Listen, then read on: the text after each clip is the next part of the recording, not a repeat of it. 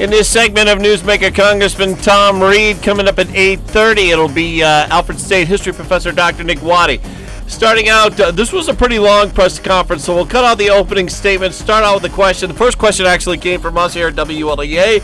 We asked the Congressman what he thought of Governor Andrew Cuomo saying no region in New York State is ready to be reopened yet. Well, I'm very concerned as to the metrics that the governor is putting out. And as you look at this regional approach based on the economic development, infrastructure, and background, don't know if that's the appropriate device to deal with a public health crisis. And if you look at all the metrics, they're all related to the public health issue. But that being said, that's the governor's call. And what I'm going to be is a voice between all three regions. That is why we have put together our informal economic recovery team of 140 approximately people and working with our local officials to try to take a page out of what the governor's asking. If you look at point 8 of his 12-point plan, that we have an interregional approach in regards to meeting these criteria. So uniting the efforts of the Southern Tier and the Rochester Finger Lakes and the Western New York EDCs and having a regional type of approach to it where we coordinate, collaborate, and cooperate in regards to meeting these metrics as best we can to keep the region safe, but at the same time recognize that we're never going to mitigate the risk to zero and that we have to work together to open up the region to share the capacity and resources, as the governor said in point 8. We should be demonstrating that we can work together, and by doing this, I think we'll be in the best position to reopen and stay open, and we're gonna make our best arguments before May 15th that is indeed what we should be doing in this part of the state. I'm just concerned by some of the metrics and this divide and conquer type of siloing effect, utilizing economic development zones as the background infrastructure, maybe metrics that are just never achievable, and I'm really concerned that we would be in a shutdown situation throughout the entire summer until we get a vaccine, which is 12 to 18 months down the line. And if that's what the governor wants, I'll just tell you that's completely unacceptable to me. Do you have time for a follow-up question? Brian? You mentioned vaccines there. Will those vaccines be mandatory when the vaccine is developed? Brian, that's a great question. And so essentially what we're looking at with the coronavirus is obviously this is a relative of the flu. And so that debate of whether a flu vaccine would be mandatory is one of these issues that we're going to have to discuss across the country.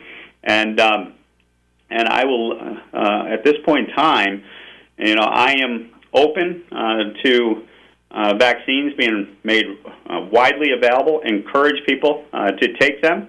But given the nature of where we're at with flu vaccines and the history of them and the benefit that we may get from herd immunity that comes from coronavirus down the road, mandatory at this point in time is something I have not supported. The next question came from Jerry Zaremski at the Buffalo News. It's about Phase 4. Yeah, hi, Tom. How you doing? I'm doing well, Jerry. How you doing? Good, good. Let's talk about the politics of COVID-4 here a little bit. Mitch McConnell increasingly says that kind of as a condition for state and local aid, he wants some pretty broad-ranging liability reform. Apparently in fear that businesses that do reopen would be prone to lawsuits if people went there and ended up getting sick. Do you think that this liability issue should be pulled into COVID-4 as part of the discussion, or do you think it would be better to just focus on the immediate need for state and local aid? No, I think the liability reform is bigger and separate from state and local aid. State and local aid is one of 100 different issues like liability reform that needs to be negotiated and included in COVID Phase 4. And if you see what the governor has done in regards to the reopening standards, and my understanding of talking to the emergency physicians, that in one of the executive orders in New York State, there is now a gross negligence standard that has been applied to our emergency offices or emergency facilities in regards to responding to the crisis. So glad to see that the state recognizes that there needs to be a conversation about liability reform, and I think that's consistent with what we're hearing from private actors, as well as when we had a conversation with our school superintendents and school districts, the liability that's associated with reopening schools next year. So I think everyone is discussing the question of liability and how that's going to impact opening up. At the same time, though, I'm a little confused at what you're saying. Are you saying that should be part of the negotiation for COVID-4, or we should wait until after we get the aid set for state and local government? Well, no, because state and local aid is just one of 100 different issues. Liability reform is also one of 100 issues in COVID-4. And for us to reopen sooner rather than later, I think in COVID-4 it's appropriate to discuss things like state and local aid, liability reform, agricultural industry assistance, how we're going to deal with the landlord-tenant issues and the deferral of payments there, how we're going to deal with homeowners and the mortgage and the lending institutions. This is a larger package. So from my perspective, Jerry, it's not a quid pro quo. It's not we give you a state and local aid and therefore you get liability reform. Liability reform will be negotiated, in my opinion, as part of the overall contours of the broad COVID-4 package, which we're going to have to address and get delivered here by the end of the month. Okay, and if you could just elaborate a little bit more on what you're hearing back home about, from businesses or medical professionals about this liability issue and why it is important that it be addressed quickly. Because they're definitely afraid of. They don't know exactly what the standards are. They don't know what it means in regards to redesign their workplaces, how to interact with customers. They just see it's ripe with liability concerns that given if anyone is coming through their facility and they come down with COVID-19, you see the litigation opportunity there. You hear from higher education as they go to reopen. You got class action lawsuits now being filed against our higher educational institutions like Drexel University that are going after the institutions for decisions they're making in regards to opening or closing. You hear issues in the school districts and superintendents discuss, how are you going to protect from lawsuits if you have a child who comes back to school, comes down with COVID-19, is now all of a sudden you're exposed to liability there if you're doing what you can in order to mitigate the risk.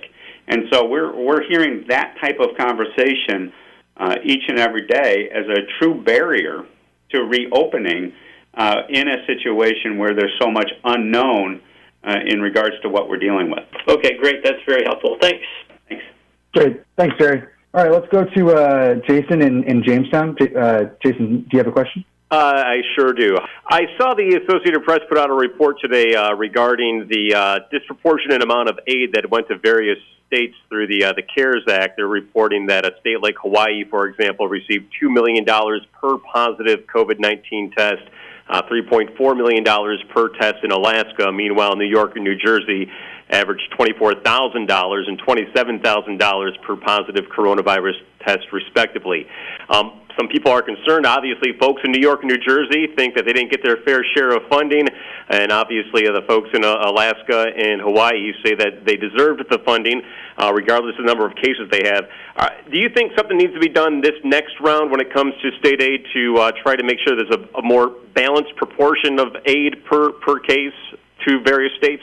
Yeah, no, I agree with that assessment, and that's why tying the aid to COVID-19 positive populations is probably something that should be reconsidered. That should be a piece of the formula, but remember, I'm a firm believer that COVID-19 has caused a loss of revenue in our state economies, in our local economies, and that's because of the quarantine orders. But for the COVID-19 situation, you would not have mass mitigation of shutting down the entire economy, which has caused devastation both privately and publicly.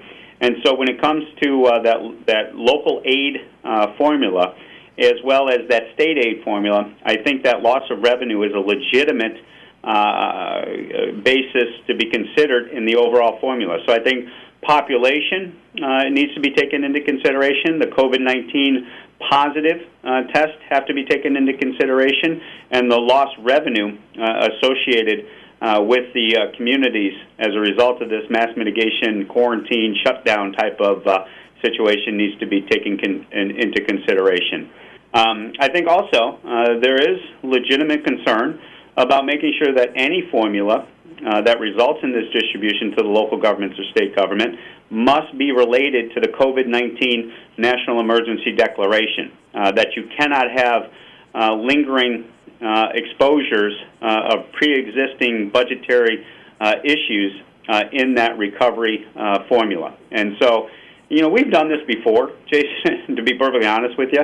I look at COVID-19 as a natural disaster because it is. It was thrown to us by Mother Nature. Mother Nature created this virus. This virus has come to our shores and decimated our total economy as well as each state in a way that a natural Category 4 hurricane would have done if it went across the entire country. And so as we reimburse the community for that natural disaster recovery, that type of mindset is what I encourage my colleagues to consider in coming up with a fair and equitable formula for rebuilding after this devastating natural disaster. All right, and just on another issue, Senators Schumer and Gillibrand today announced that they were pushing forward the Medical Supply Transparency and Delivery Act, which would essentially put an individual in charge of the federal oversight of medical supply chain. They want to see it shift from state by state to a federal oversight capacity. Is that something you'd be in favor of, or are you opposed to it, and if so, why? No, I'm open to the conversation about making sure that our supply chain, especially as we go through the reopening phases of our necessary medical equipment, is monitored both at the federal and state level. But I do believe that there needs to be a partnership between public-private actors in this delivery. So I think we can do better than just one entity at the federal level controlling all this. I think you need a coalition, a public-private partnership on this, where you have the private sector represented, you have the states represented, and you have the federal government represented in that oversight role. To me, putting it all into one basket may be putting all the eggs and all the perspective in a limited way in control. I'm more about having that diverse perspective offered into the equation. But I am supportive of making sure that our medical supply chains are fully intact and protected as we go through reopening the country. Okay, very good. Thank you. Thanks, James. Puckett, I know you might have had to hop off, but want to make sure. Did you have a question for Tom? Any comment, Congressman, on the number of nursing home deaths that was reported by the Governor Cuomo administration late last night and this morning? I'm watching that obviously in real time, as well as we have dealt with that potential susceptible population of nursing homes that are at high at risk throughout this entire situation. It reminds me vividly of Easter when we were on the phone delivering masks and gowns to one of our nursing home facilities at about 10 o'clock at night the day before Easter, and having a sheriff deliver that PPE to that facility. So this is something that we need to learn from. This is something we need to do better in regards to recognizing as we go into reopening. I think some of the lessons of Sweden need to be brought to bear when they went through the shutdown of extreme isolation for their susceptible populations, and use the lessons of Sweden as part of our reopening protocols, and making sure that our nursing homes, who are particularly susceptible to COVID-19, are protected in an extra way. And so I am concerned about those deaths that occurred. But the reality of this virus is that the elderly population is somebody that it takes a very nasty toll on when it takes hold. And so, we've heard mortality rates from public health officials on the elderly population when it takes hold of 40%. Is not surprising, especially if you've got a population with an underlying comorbidity amongst itself. And that is something we need to really heed the lessons of as we went into the shutdown with COVID-19. So as we reopen, it is something I am very particularly looking at. Thanks, Congressman. Mm-hmm. Thanks, Tom. Let's go to Fred Balfour at WRFI. Hi, Tom. Are you getting enough sleep these days, Tom? I'm trying to recharge the batteries as best as possible, but it's still 24/7. I know what you mean. I want to ask, is the U.S. Congress evaluating changes in a national approach to pandemics from the way we've done it this time? Oh, I can tell you that we are, and the lessons of COVID-19 are not lost on us as elected officials who are rolling up our sleeves, not only to deal with the crisis as we deal with it today, but also to make sure that the investments and the planning is definitely something that we are putting in place to protect us from future pandemics. And I'll tell you a lesson, for example, that we all learned yesterday that really resonated to me. When the Problem Solvers Caucus, we've had 3 Treasury Secretaries brief us on Zoom meetings. We had Larry Summers, Jack Lew, and Hank Paulson. And Hank Paulson said something that really resonated with me and reinforced my approach to this pandemic planning going forward. And that is, we all know and have been briefed on multiple issues in Washington, D.C., of these kind of national security threats, these threats to our very existence from a security perspective. Things like pandemics, things like cybersecurity. And my lesson from COVID-19 is that we should be not only dealing with these in a proactive way, this is going to, in my opinion, hopefully reprioritize that long-term thought process that elected officials should have in dealing with these issues. And what we devolved to in Washington, and I think this is true of many state legislatures, is we have become very transactional. That it's been essentially a 24/7 news cycle.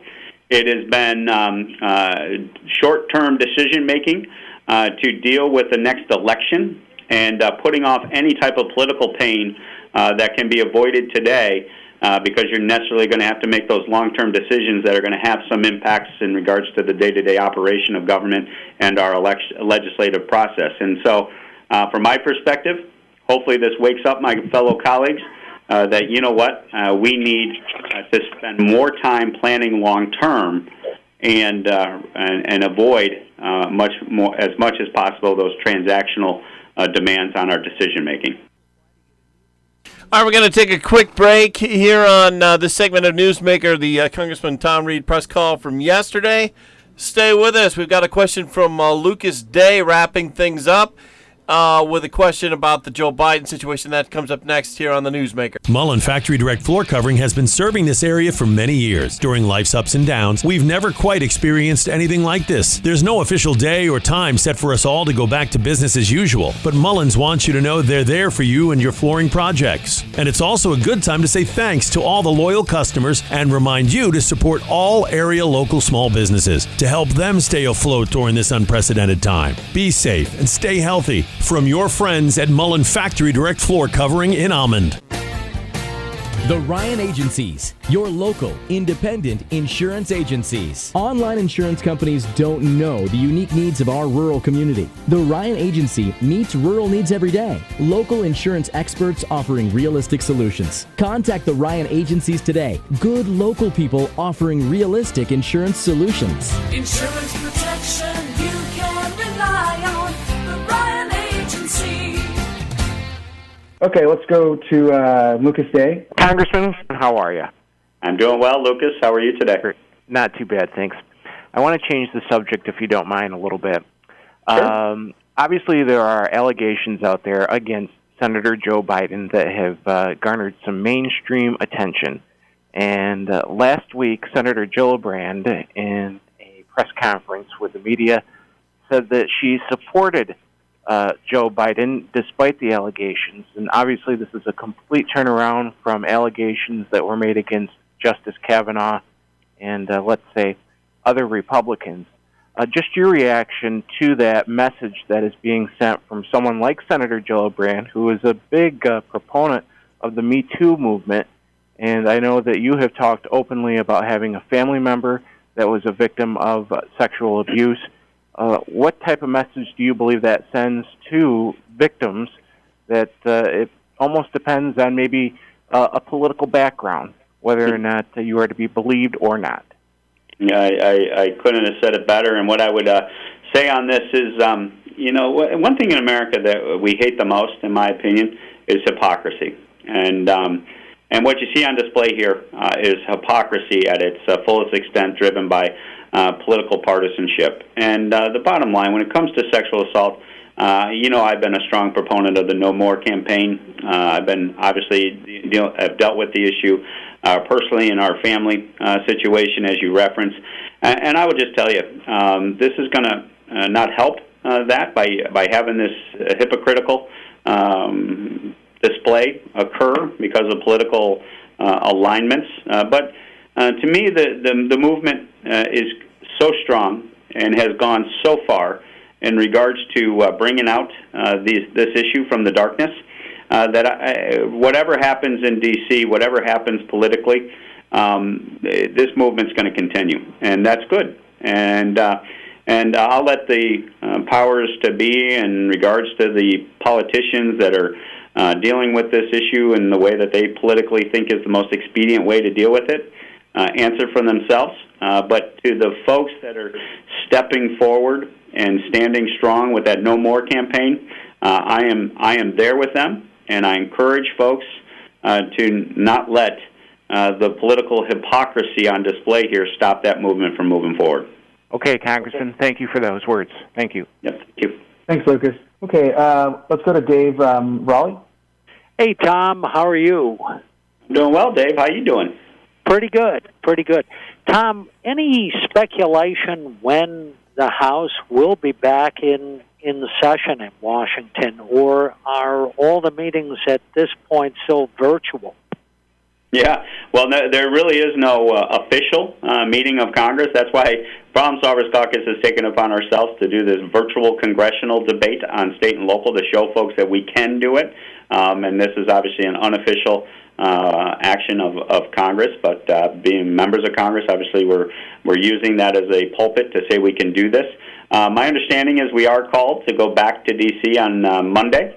I think, however, that is still in flux, given some indications I got as late as an hour ago, because I think there's a lot of watching the Senate to see how they operate this week. But my position would be, look, if you're not going to use technology, then call us back to D.C. If essential workers can show up in our healthcare offices, if essential workers can show up at our grocery stores, we the sure as heck can show up and do our legislative business. And so I am more than willing to go back there next week, and we will be there just as we were for the last two votes to make sure that Phase 3 and 3.5 passed and got to the President's desk for signature. And so we'll just see how it goes. But that's the latest lay of the land, as I understand it, is they're pulling us back or asking us to come back next Monday, and hopefully we'll see what we're going to do in regards to that, because one of the things I heard is that we're going to do a quick bill that is going to be loaded up with just a partisan vote, and then we're going to leave immediately thereafter. And so I'll defer to the Speaker as to why that's the appropriate way to conduct business, but that's her call, being in the majority. Now, there were several other questions, but the press conference went on the phone pretty long yesterday, so we'll cut it down so that we can get to Dr. Nick Waddy. Thank you, everybody, and we look forward to talking to you next week, if not before. Thanks, everyone. Dr. Nick Waddy coming right up here on Newsmaker. It's AM 1480 WLEA. I'm Brian O'Neill. Stay with us.